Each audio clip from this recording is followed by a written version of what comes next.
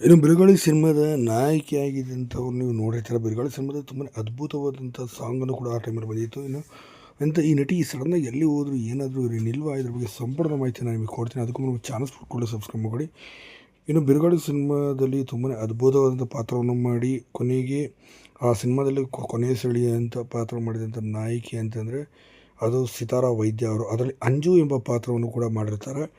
ಇನ್ನು ನಾಯಕನಿಗೆ ಮೊದಲನೇ ನಾಯಕಿಯಾಗಿ ಕೂಡ ಕಾಣಿಸ್ಕೊಳ್ತಾರೆ. ಇನ್ನು ನಾಯಕನನ್ನು ಪ್ರೀತಿ ಮಾಡಿದ್ರೆ ನಾಯಕಿಯನ್ನು ಪ್ರೀತಿ ಮಾಡೋದಿಲ್ಲ.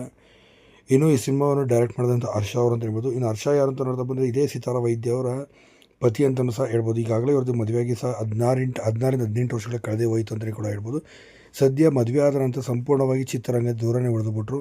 ಸಿನಿಮಾ ರಂಗದಲ್ಲಿ ಒಳ್ಳೆ ಪ್ರಾಮಿಸಿಂಗ್ ಆಗಿ ಬಂದಂಥ ನಟಿ ಅಂತಲೇ ಹೇಳ್ಬೋದು ಸಿತಾರಾ ವೈದ್ಯ ಅವ್ರನ್ನು. ಮುಂದೆ ಒಳ್ಳೊಳ್ಳೆ ಸಿನಿಮಾಗಳಲ್ಲಿ ಮಾಡ್ತಾರೆ ಅಂತ ಅಂದುಕೊಂಡ್ರೆ ಸದ್ಯ ಮದುವೆ ಆದ ನಂತರ ಸಂಪೂರ್ಣವಾಗಿ ಗೃಹಿಣಿಯಾಗಿ ಬದಲಾದರು. ಈ ಮೂಲಕ ಚಿತ್ರರಂಗದಿಂದ ಇನ್ನಿಲ್ಲವಾದರು. ಸದ್ಯಕ್ಕೆ ಹರ್ಷ ಅವರು ಸಕ್ರಿಯವಾಗಿ ಕೆಲಸ ಮಾಡ್ತಿದ್ದಾರೆ ಅನ್ನೋದು